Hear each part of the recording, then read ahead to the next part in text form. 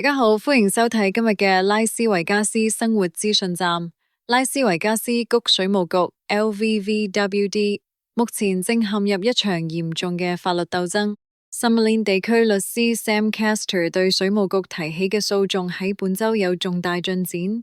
原告指控水務局喺訴訟期間派遣技術人員前往其住所強行更換水表，涉嫌毀滅證據。呢具舊水表被視為驗證水費賬單係咪準確、係咪存在機械故障嘅唯一關鍵物理證據。原告律師指出，自2023年實施超額使用費制度以嚟，部分住戶嘅水費賬單增幅高達500%。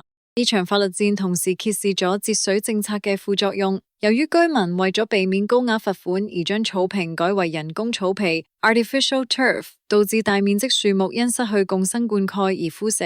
根據統計，南內華達州約有10萬棵樹木面臨生存威脅。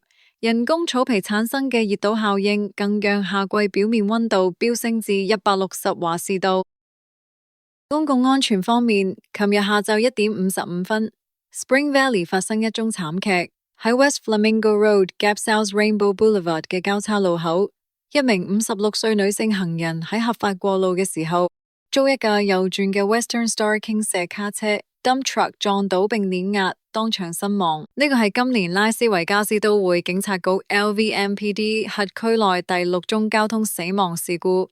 此案令人聯想起2017年 Jasmine Espana 遭垃圾車撞擊嘅悲劇，再次引發社會對重型工程車輛喺市中心行駛安全規範以及強制安裝盲區偵測系統嘅熱烈討論。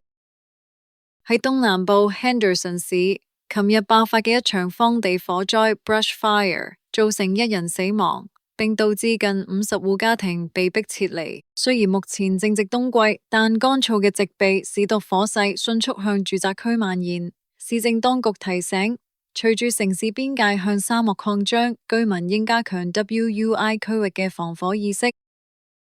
喺治安方面， LVMPD 特警隊 SWAT 近日成功逮捕咗2名涉及 Wetlands Park 雙重謀殺案嘅嫌疑人。此外，北拉斯維加斯警方協助逮捕咗一名逃亡16年嘅謀殺犯 Christopher Wilson， 展現咗跨州執法協作嘅成效。喺動物權益保護方面，克拉克縣地方檢察官 Steve Wolfson 對涉嫌虐待鬥牛犬 Reba 致死嘅2名被告提起重罪指控。根據最新嘅 Rebus Law， 惡意虐待動物者將面臨更嚴厲嘅刑罰。拉斯維加斯正積極轉型為文化都市。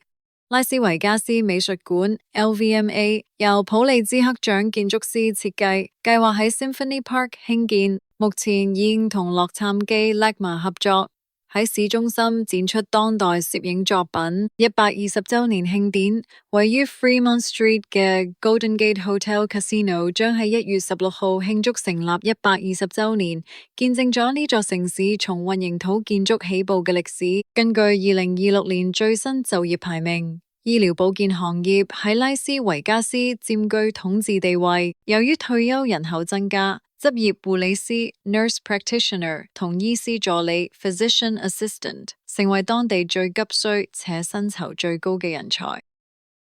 為因應校園暴力 ，Rogers Elementary 積極實施 Days in Schools 計劃，透過父親志願者嘅現場巡視，營造安全嘅學習環境。最後，南內華達衛生區 SNHD 將於1月21號起提供免費嘅糖尿病管理課程，協助拉丁裔及廣大社區居民掌握健康。有需要嘅市民可訪問 Get Healthy Clark County DeMork 查詢詳情。今日嘅新聞報道完畢，多謝收睇。如果你鍾意我哋嘅影片，請記得訂閱、點讚同分享。你哋嘅支持係我哋製作影片同經營頻道嘅最大動力。